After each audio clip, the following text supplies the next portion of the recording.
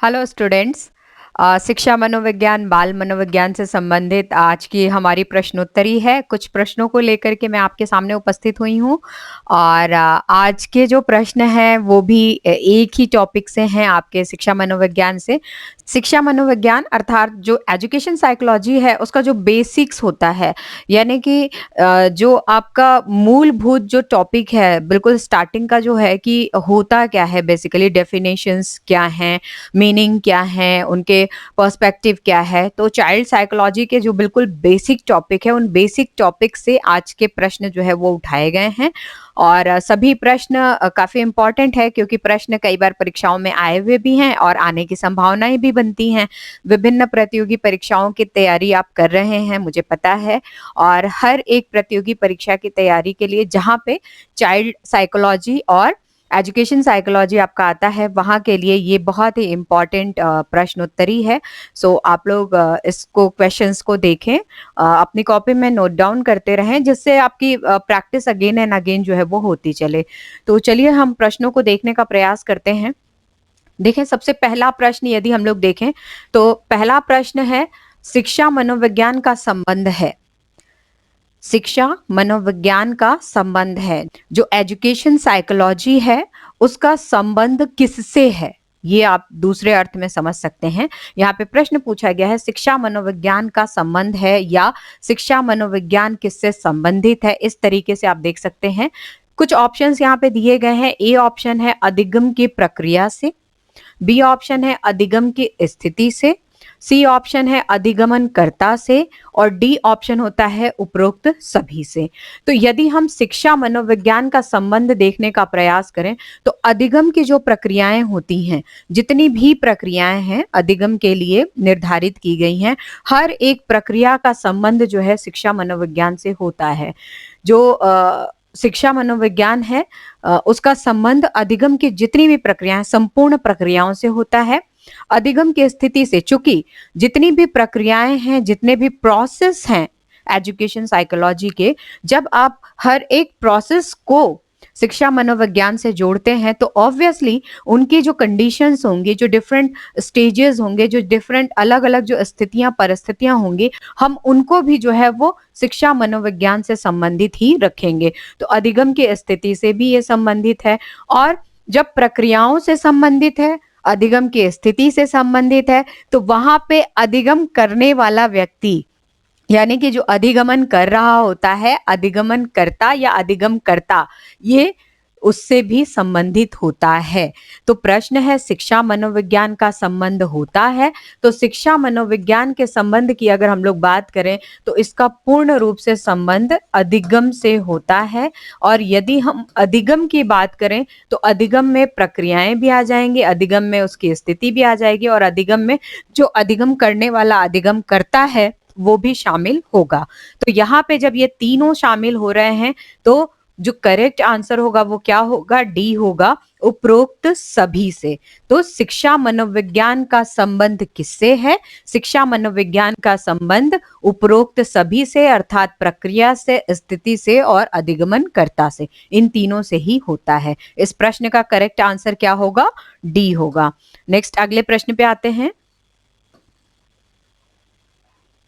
देखिए, अगला प्रश्न है, एक शिक्षक के लिए शिक्षा मनोविज्ञान का प्रयोग परिलक्षित होता है। एक शिक्षक है, वो शिक्षक शिक्षा मनोविज्ञान को किस रूप में या किस तरीके से प्रयोग में लेता है, हम किस तरह से उसको देख सकते हैं या किस प्रकार से दृष्टिगत होता है। तो प्रश्न है, एक शिक्षक के लिए शिक्षा मनोविज्ञान का प्रयोग परिलक्षित होता है, यानी कि किस प्रकार से दिखता है। ए ऑप्शन है शिक्षण की उचित विधि के प्रयोग के रूप में। जब एक शिक्षक जो है शिक्षा मनोविज्ञान का प्रयोग करता है तो किस प्रकार से जो है हम लोग उसको देख सकते हैं या किस प्रकार से वो परिलक्षित होता है। तो शिक्षण की उचित विधि के प्रयोग के रूप में, जो शिक्षण की विधियां होती हैं, हर एक विधि का प्रयोग जो विभिन्न शिक्षण के कार्यक्रम होते हैं उनके लिए भिन्न भिन्न जो है वो सुझाए गए हैं। क्योंकि जो शिक्षण की क्रियाएं हैं, विभिन्न क्रियाएं भिन्न भिन्न प्रकार की होती हैं, तो क्रियाओं के अनुसार जो उनमें प्रयोग में ले जाने वाले मेथोडोलॉजी होते हैं, जितनी भी विधियां होती हैं, वो विधियां भी भिन्न भिन्न प्रकार की होती हैं। तो एक शिक्षक क्या करता है, जिस तरीके की शिक्षण की पद्धति होती है, जिस तरीके के शिक्षण का कार्यक्रम चल रहा होता है, या जिस तरीके की शिक्षण की प्रक्रियाएं होती हैं, वो उसी रूप में शिक्षण की विधि को अपनाता है और शिक्षण के कार्य को पूर्ण करता है। तो ए ऑप्शन हमारा क्या है, करेक्ट है। बी में आते हैं, बालक के सर्वांगीण विकास में जो शिक्षा मनोविज्ञान का प्रयोग है, शिक्षा मनोविज्ञान का प्रयोग जो है एक शिक्षक बालक के सर्वांगीण विकास के लिए जो है वो करता है। सर्वांगीण विकास की यदि हम लोग बात करें तो सर्वांगीण विकास से तात्पर्य क्या है, आप अच्छी तरीके से जानते हैं। शारीरिक विकास, मानसिक विकास, आत्मिक विकास, सामाजिक विकास,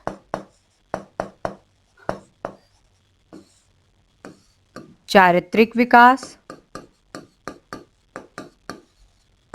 ये सभी जो है विकास मिलकर के बालक के सर्वांगीण विकास को परिलक्षित करते हैं, या इनसे बालक का सर्वांगीण विकास जो है वो दृष्टिगत होता है।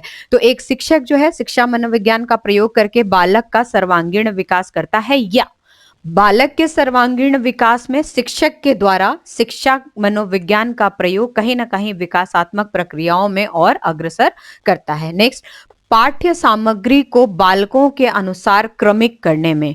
देखिए, जो पाठ्य सामग्री होती है, यदि आप मुझसे अग्री करें या आप जानते हैं, तो पाठ्य सामग्री जो है उसको फॉलो करने वाले कौन है, पहला शिक्षक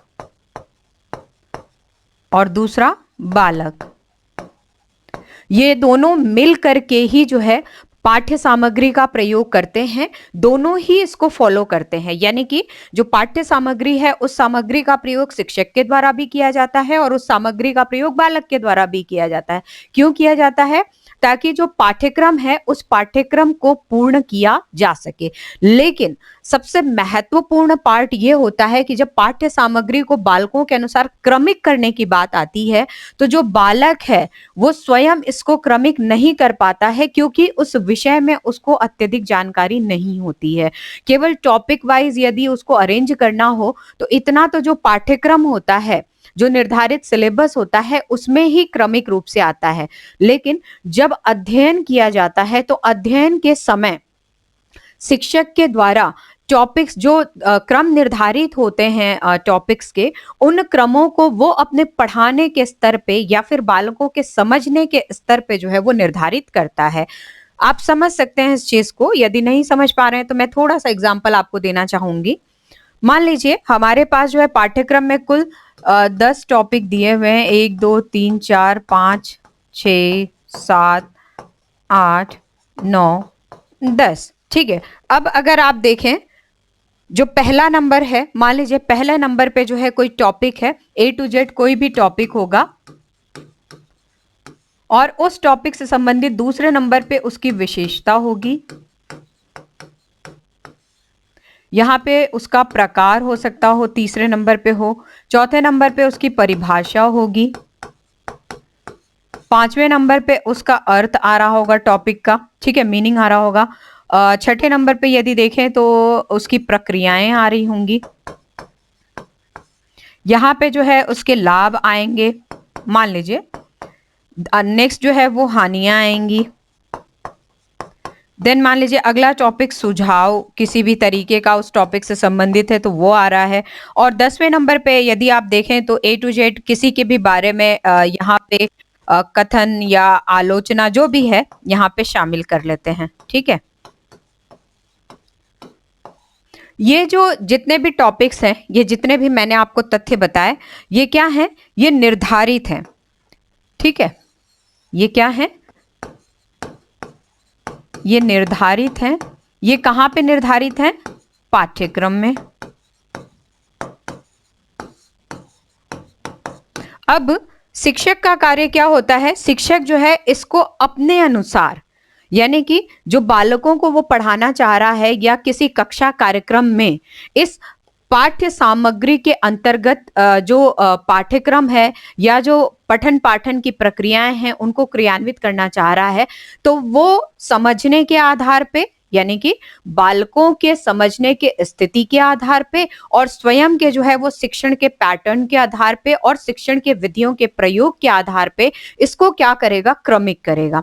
यानी कि सबसे पहले जो है वो टॉपिक लेगा, अब उसके अनुसार जो क्रम बिठाएगा उसमें सबसे पहले नंबर पे वो टॉपिक डालेगा, देन टॉपिक डालने के बाद दूसरे नंबर पे वो पहले उसके अर्थ को बताएगा, टॉपिक के अर्थ को बताएगा, जो टॉपिक पढ़ा जा रहा है उस टॉपिक के अर्थ को बताएगा। मान लीजिए हमने एग्जाम्पल में शिक्षा मनोविज्ञान एक टॉपिक ले लिया है, तो शिक्षा मनोविज्ञान, सबसे पहले शिक्षा मनोविज्ञान होता क्या है, शिक्षा मनोविज्ञान जो शब्द है उस शब्द के विषय में जो है वो बताया जाएगा पहले नंबर पे, शिक्षा मनोविज्ञान का अर्थ क्या होता है दूसरे नंबर पे, फिर शिक्षा मनोविज्ञान से संबंधित कुछ परिभाषाएं यदि दी गई हैं तो उन परिभाषाओं को तीसरे नंबर पे लेगा, देन उसके बाद परिभाषाओं के बाद इसकी विशेषता क्या होती है, क्यों हम इसको प्रयोग में लेते हैं, तो चौथे नंबर पे इसको करेगा, फिर उसके प्रकार कितने होते हैं ये पांचवें नंबर पे आएगा, देन उसकी प्रक्रियाएं क्या क्या हैं छठवें नंबर पे आएगा, और उसके बाद फिर क्रमिक रूप से सातवां, आठवां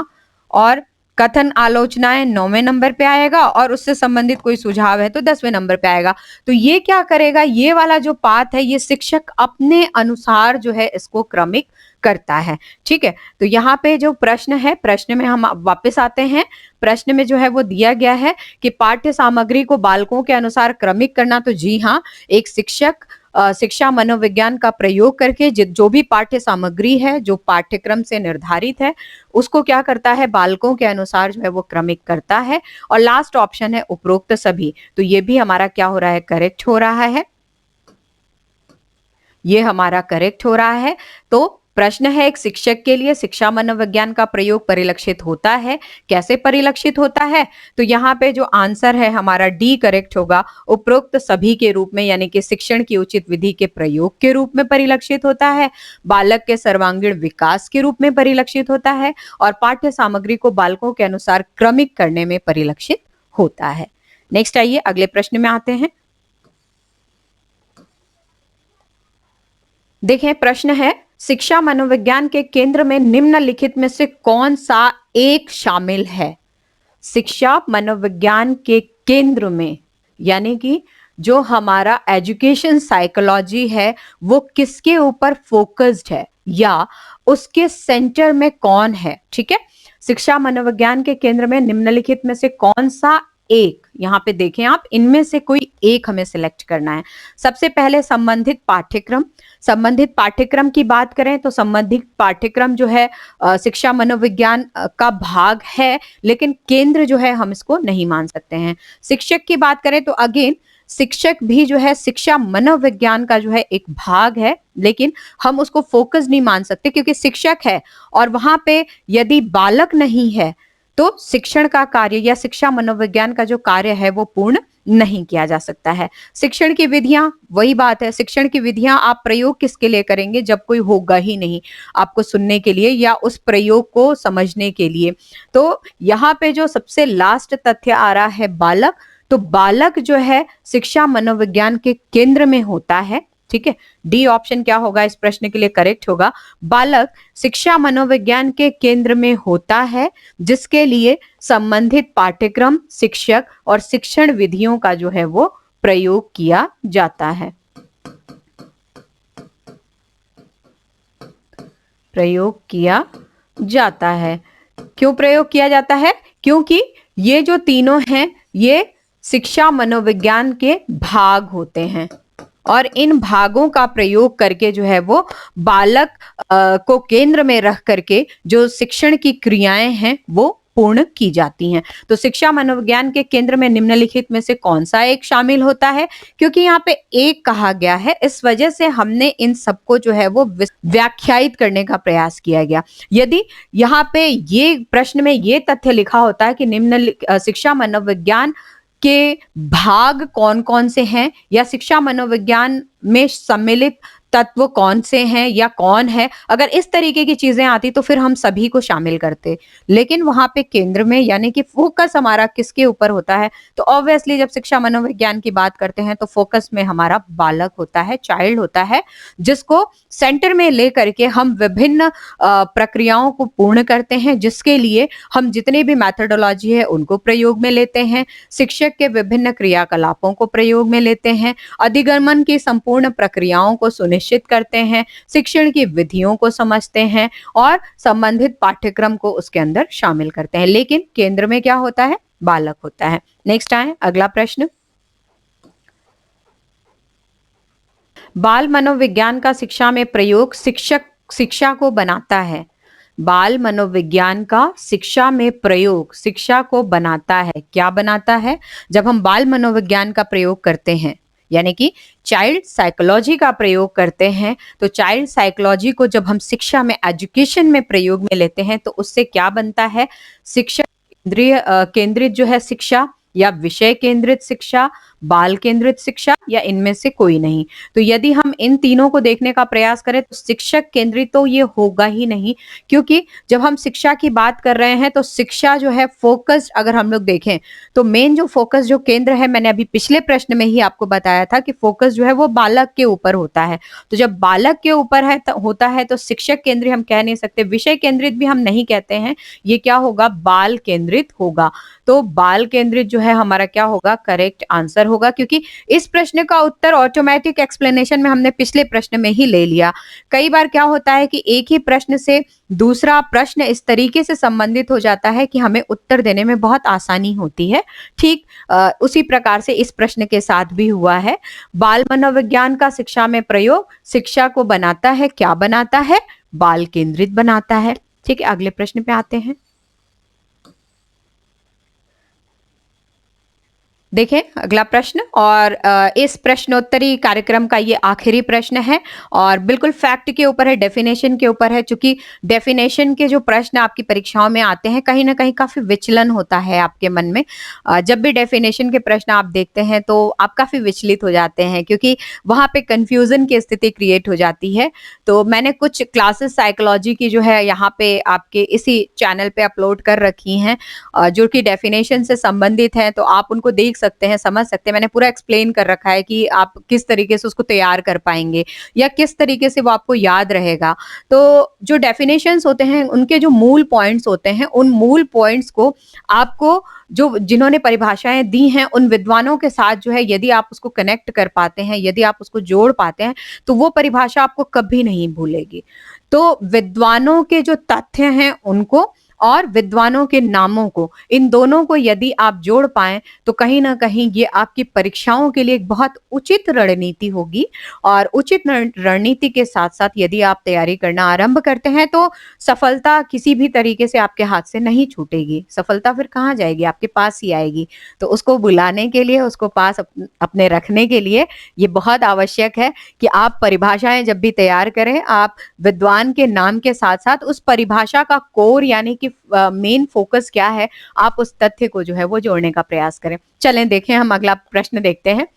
शिक्षा मनोविज्ञान अध्यापकों की तैयारी की आधारशिला है।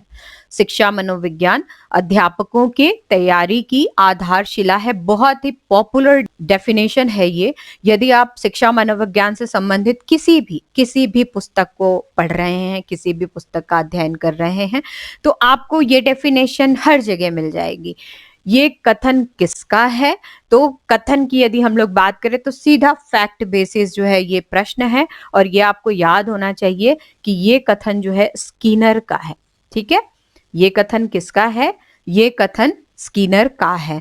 तो आज की प्रश्नोत्तरी में हमने 5 प्रश्न शामिल किए जो शिक्षा मनोविज्ञान के बिल्कुल मूल अवधारणा से संबंधित है, जो उनकी परिभाषाएं हैं, उसका अर्थ है और उसकी विशेषताएं। बेसिकली अगर देखा जाए तो कुछ प्रश्न वहां से भी आए। तो हमने शिक्षा मनोविज्ञान के जो बेसिक कॉन्सेप्ट्स होते हैं वहां से आज का प्रश्न लेने का प्रयास किया है।